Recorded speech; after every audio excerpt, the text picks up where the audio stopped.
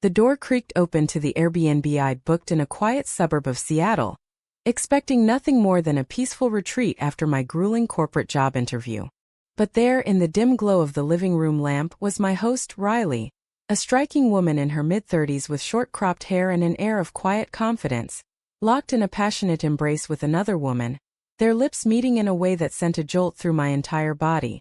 I froze, my suitcase slipping from my hand with a thud that shattered the moment. And in that instant, everything I thought I knew about myself began to unravel. My name is Jordan Hayes, 28, raised in a conservative family in rural Texas where church on Sundays and family dinners were non-negotiable. I'd always played by the rules. Straight A's, a finance degree from UT Austin, and a string of safe, unremarkable boyfriends that never quite stuck. This trip to Seattle was supposed to be my big break, a chance to land a senior analyst position at a tech firm, far from the suffocating expectations back home.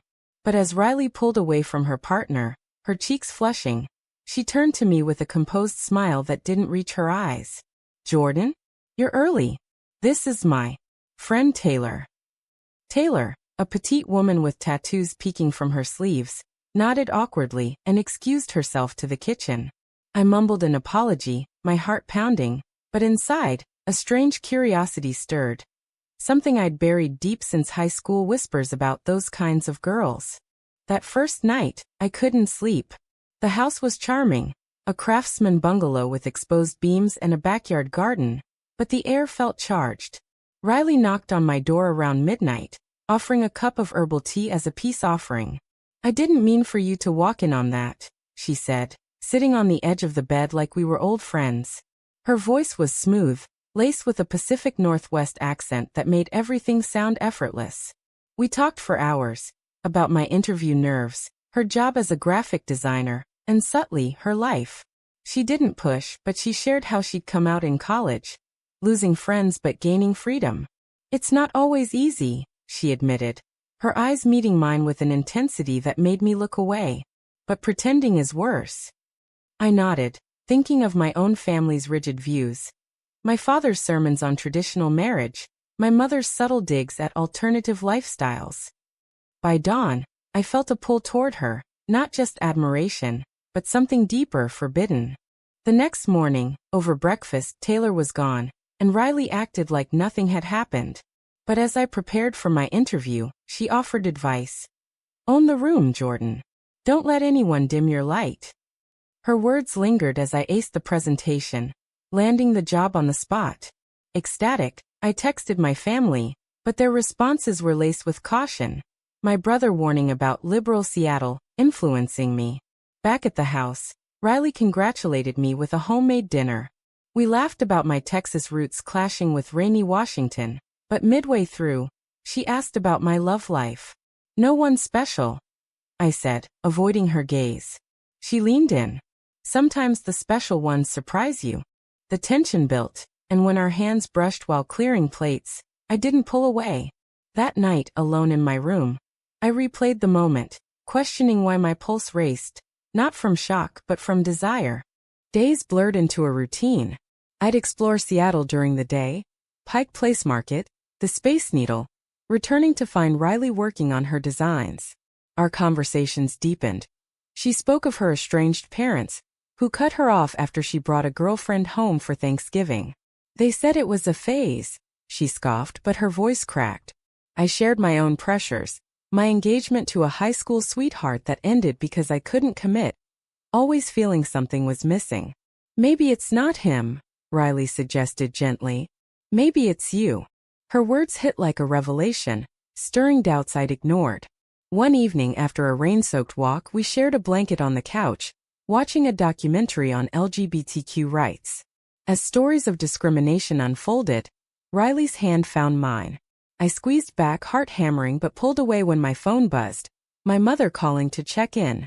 Guilt flooded me. What was I doing? The conflict escalated when Taylor returned unexpectedly. She confronted Riley about me. "Who's the straight girl crashing our vibe?" I overheard from the hallway, my cheeks burning. Riley defended me, saying I was just a guest, but Taylor's jealousy flared. "You're looking at her like you used to look at me." They argued, doors slamming, And Taylor stormed out. Riley found me packing, assuming I'd leave. Stay, she pleaded. This isn't about her. In that vulnerability, she confessed.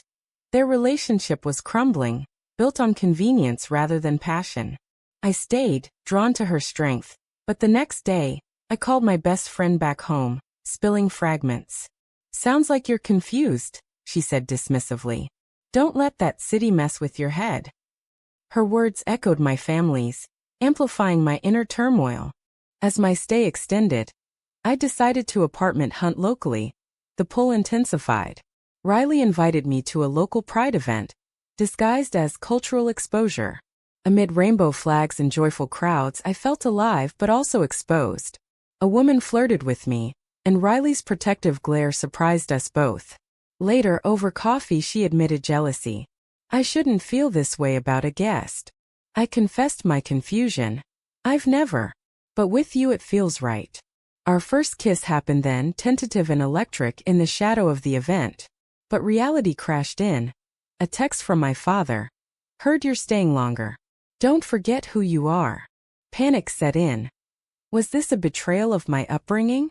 The job started, demanding long hours, but evenings with Riley became my sanctuary. We explored boundaries carefully. Walks along Puget Sound, deep talks about identity. She shared her coming out story. Disowned at 22, rebuilding alone.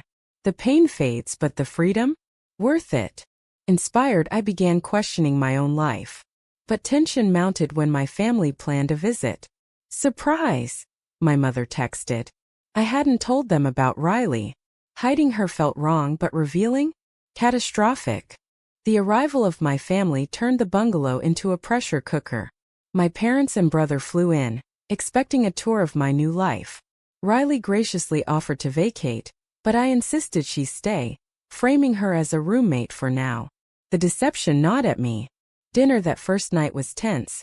My father grilled me on the job, praising the wholesome company, while eyeing Riley suspiciously. So how'd you two meet? He asked. Airbnb mix-up. I lied smoothly, but Riley's forced smile betrayed the strain. Later alone she whispered. This hurts, Jordan. Hiding like I'm a dirty secret. Her words stung, echoing the societal shame she'd fought to escape. The next day we toured Seattle. At the market, my mother pulled me aside. That Riley seems off. Is she one of those lesbians? My denial came too quick, defensive. Mom, she's just a friend. But doubt flickered in her eyes. Meanwhile, Riley hung back, her usual vibrancy dimmed. That evening, my brother cornered me. Saw you two exchanging looks. What's going on? I brushed it off, but inside, the walls closed in. Choosing honesty meant risking their love. Lying meant betraying Riley. A breaking point came during a family hike in the Olympics. Amid towering pines, my father launched into a lecture on family values, referencing recent news on same-sex marriage bans in conservative states. It's unnatural, he declared. Riley, who'd joined at my plea, bit her lip but spoke up. Respectfully, sir, love isn't about nature, it's about humanity. The air thickened. My father reddened, retorting with Bible verses. I stayed silent, cowardice twisting my gut. Back home, Riley packed a bag.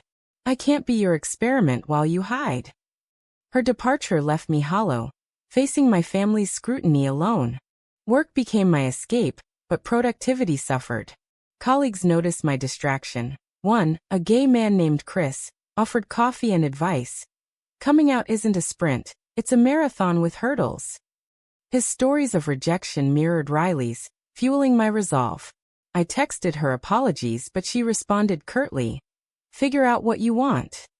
Days without her amplified the void. Then Taylor reappeared, messaging me via Riley's social media. She's better off without your drama. Jealousy surged, but it clarified my feelings. I wanted Riley fully. Reconciliation happened at a neutral cafe. Riley looked weary, circles under her eyes. I get the family pressure, she said.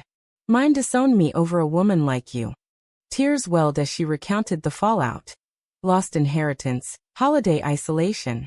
But I chose authenticity. Inspired, I vowed change. We rebuilt slowly, But my family's departure loomed. On their last night, I confessed partial truth. Riley is more than a friend. Chaos ensued. My mother's tears, father's anger. This isn't you. It's that influence. They left early, cutting contact temporarily. The price? Fractured bonds, but a budding relationship. Months passed, Seattle becoming home. Riley and I navigated dating, stolen moments, therapy sessions unpacking my internalized homophobia. But societal whispers intruded, stares that held hands, a co-worker's snide remark. Then betrayal struck. My brother, in a misguided intervention, outed me to extended family via group chat. Accusations flew. Brainwashed by liberals. The fallout? Shunned invitations, venomous voicemails. Riley supported me, but her own wounds reopened. Is this worth it? She asked one night, doubting our future. A moral crossroads emerged when my job offered a promotion, requiring relocation to conservative Texas branches. Accepting meant proximity to family, potential reconciliation, but at what cost? Suppressing our love? Riley urged me. Don't regress for them. The decision tore me. Loyalty to blood versus self. I declined, choosing Seattle. And her. But the rejection email triggered a family call. My father, voice breaking. Come home, fix this. Temptation flickered, but I stood firm, hanging up mid-plea. The aftermath of declining the promotion rippled through my life like aftershocks. Colleagues questioned my ambition. Whispers suggested I was distracted. But Riley's pride in my choice bolstered me. You're building your own path. Our relationship deepened. Weekend getaways to the San Juans, where we discuss futures without filters. Yet shadows lingered. Anonymous hate mail after my outing, likely from relatives. Repent, one read. Riley, hardened by experience, shrugged it off, but I crumbled, questioning if love justified the pain. Family reconciliation attempts faltered. My mother's olive branch, a Zoom call, devolved into please. Think of your future children. Her words ignited fury. Did she not see Riley as family potential? I ended the call abruptly, but regret followed. Riley comforted me. They're projecting their fears. Her empathy stemmed from her own exile. Years without parental contact, forging chosen family among queer friends. Inspired, I attended my first support group, sharing stories amid nods of understanding. Awakening dawned. My silence had perpetuated harm. Conflict peaked at a company gala. Bringing Riley as my date felt defiant, but a conservative client overheard our conversation, pulling business. My boss, sympathetic but pragmatic, warned. Discretion might help. The implication? Hide. Riley fumed. I'm not a liability. That night we argued. Her accusing me of residual shame, me defending practicality. The world's not ready, I snapped. She left for a friend's, leaving me to confront mirrors reflecting my cowardice. Reunion came via vulnerability. I drove to her studio, apologizing. I won't hide us anymore. We reconciled, but Taylor's return complicated matters. Now single, she sought closure, confessing lingering feelings for Riley. Over coffee, tensions boiled. Taylor accused me of stealing her. Riley shut it down, choosing me, but the encounter unearthed insecurities. Am I just a rebound? I asked later. Riley's reassurance. You're my choice. Yet doubt seeded. Societal pressures mounted with a local ballot on LGBTQ protections. Riley volunteered, dragging me along. Door knocking exposed vitriol. Slammed doors, slurs. One elderly man echoed my father's rhetoric, shaking me. But a young teen's secret thanks. You're brave, ignited purpose. Back home, I called my brother, bridging gaps. This is me. Accept or not. His hesitant, I'll try offered hope, but my parents remained silent. A turning point. Riley's health scare, a minor car accident, rushed me to the hospital. As friend. Access denied. The system exposed inequalities. Furious, I outed our relationship to staff, demanding entry. Holding her hand, I realized. Love demanded advocacy. Post-recovery, we discussed legal protections, wills, powers of attorney, highlighting Mouthwan Dao Duk in a biased world. Betrayal resurfaced when my cousin leaked family drama online, twisting facts into cautionary tale. Comments poured, support mixed with hate. Riley's response? A public post affirming us, tagging me. Terrified, I hesitated liking it, but did, severing ties with bigots. The cost? Lost friends, but gained allies. As winter set in, our bond strengthened amid trials. Yet, a job offer for Riley in New York tempted. Better opportunities, but relocation. Come with, she asked. The choice loomed, uproot again or let go. I pondered, weighing love against stability. The New York offer became our crucible. Riley's excitement clashed with my Seattle roots. New job, budding network. This could be our fresh start, she argued, eyes alight. But flashbacks to family estrangement haunted. Another move, further isolation. Debates ensued. Her dreaming of East Coast vibrancy, me fearing abandonment echoes. You're holding back, she accused. Guilty, I admitted. Losing you terrifies me more than change. Compromise floated. Long distance, but both knew it doomed us. Moral quandaries deepened when my mother reached out. Post-accident news traveling. Heard about the crash. Are you okay? Her concern masked agenda. Come home, away from that life. Temptation to reconcile warred with integrity. Riley overheard, hurt flashing. Don't trade us for approval. The confrontation forced reflection. Was conditional love worth pursuing? Society's mirror reflected in a protest march. Anti-LGBTQ legislation loomed. We joined crowds chanting for equality. A counter-protester's sign. Protect families. Stung, evoking my own. Riley linked arms. This is our family. Empowerment surged, but violence erupted. Shoves, arrests. Shielding her, I faced a cop's baton threat, awakening defiance. Media coverage outed us further. My boss praised my courage, but family condemned. Post-march, Taylor meddled again, offering Riley a NYC contact. She's using you, I warned. Riley dismissed, but seeds of distrust grew. A heated argument. You're paranoid, she yelled. I stormed out, seeking solace in Chris's bar. His wisdom. Trust is earned through storms. Returning, I found Riley packing, not for NYC but space. I need time. Her departure echoed initial fears, leaving me to face solitude's mirror. Awakening came via therapy. Sessions unpacked childhood conditioning. Suppressed crushes, denied identity. You're grieving the life you thought you'd have, the counselor said. Insights propelled action. I emailed family, outlining boundaries. Love me as I am or not at all. Responses varied. Brother's support, mother's silence, father's rage. Reconnecting with Riley happened at a mutual friend's party. Awkward at first, but honesty prevailed. I want NYC with you. Her joy, really? The decision meant quitting my job, betting on us. Packing symbolized shedding old skin, donating relics of Texas life, but a farewell call to parents twisted. You're choosing sin over blood. Hanging up, tears flowed, but resolve hardened. New York arrival overwhelmed. Bustling streets, tiny apartment. Riley's new role thrived. I freelanced, building anew. But adjustment strained. Homesickness, cultural shock. One night, doubting. Did I sacrifice too much? Riley's embrace. We're worth it. Yet a surprise visit from my brother bridged worlds. I see you're happy. His acceptance thawed ice, but parents' absence lingered.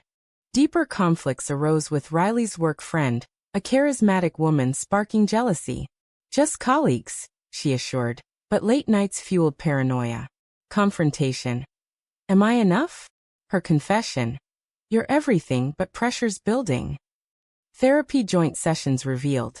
My insecurities stemmed from betrayal fears. Hers from past abandonments. Therapy unearthed buried traumas. Riley shared her college disownment details. Parents burning photos, changing locks. I slept in my car, she whispered. My empathy grew, but parallels to my situation amplified guilt. Don't let them win, I urged. Progress. We set boundaries, prioritizing us.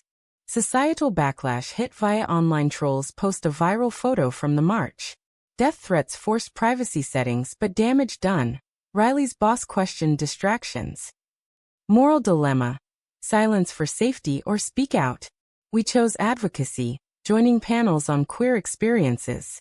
My story resonated, drawing messages from struggling youth. One teen's note. You gave me hope. The reward outweighed risks. Family thaw progressed slowly. My mother's birthday card. Miss you. No judgment, just longing. I responded cautiously, inviting dialogue. Zoom calls evolved from tense to tentative, sharing mundane updates, avoiding hot topics. Father's absence noted, but her effort sparked hope. Riley encouraged. Healing takes time. Betrayal blindsided when Taylor, now in NYC, re-entered via a coincidental meetup. She confessed sabotage attempts. Anonymous tips to my family. I was hurt, she admitted. Riley cut ties permanently, but trust fractures remained. How could you not see? I asked. Her apology, blind spots. Rebuilding required transparency, shared passwords, open calendars. Career pivots tested resilience. My freelancing boomed, landing a remote role aligning with values. Riley's promotion celebrated with a rooftop dinner, toasting growth. But a health crisis, my mother's cancer diagnosis, upended everything. Come home, she pleaded. The choice. Support her risking regression or stay. Riley offered. Go but don't lose yourself. I flew to Texas, Riley joining later. Arrival exposed raw wounds. Father tolerated me but slights abounded. No +1 room. Mother's frailty softened edges. I'm proud regardless. Confessions flowed, her regrets over rigidity. Love shouldn't have conditions. Tears mended bridges, but father's stubbornness persisted. Riley's arrival intensified, polite dinners masking tension. A blow-up, father demanding normalcy. Riley stood firm. This is normal. I defended her, choosing love over appeasement. The standoff. He stormed out but mother mediated. Recovery months blurred lines. Commuting between states, I balanced care and relationship. Riley's patience waned. I'm second fiddle.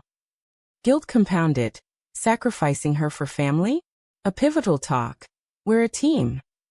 She joined more visits, chipping at father's walls. Subtle shifts, shared meals, neutral topics. Awakening culminated in mother's remission party. Father pulled me aside. Seeing you happy challenges me. No full acceptance, but progress. Returning to NYC. Relief washed over. Balances struck at costs paid. Back in NYC, equilibrium fragile, we navigated post-crisis life. Riley proposed therapy refreshers. I agreed, unpacking residual traumas. Sessions revealed. My choices, though painful, forged strength. You've paid dearly, the therapist noted. Indeed. Lost relationships, career detours, emotional scars. But gains, authenticity, love. Societal echoes persisted. A Supreme Court ruling on LGBTQ rights sparked celebrations, but backlash reminded. Progress uneven. We volunteered more, mentoring youth. One protege's story mirrored mine. Family rejection, self-doubt. Guiding her awakened purpose. Advocacy as redemption. Family dynamics evolved. Holidays hybrid. Texas visits with boundaries. Father's gradual thaw. Awkward questions about Riley's work. Mother's warmth compensated, sharing recipes via text. Brother's full support. Attending our commitment ceremony, a quiet affair in Central Park. Vows exchanged amid friends, symbolizing chosen bonds over blood dictates. Reflection hit during a quiet evening. Riley asked, regrets? I pondered. The pain inflicted, bridges burned. No, I said. It led here. But doubts whispered. Was forcing change selfish? Her smile reassured, but societal mirrors questioned. The ultimate test. My father's health decline. Hospital bedside, he confessed. I was wrong. Love her like family. Tears flowed. Reconciliation bittersweet. His passing months later left legacy questions. Had my defiance hastened divides? In aftermath, we built forward, adopting a rescue dog, planning futures. But scars reminded. Every choice exacted tolls. Was shattering a family's foundation for personal truth a righteous rebellion, or a selfish unraveling that echoes through generations?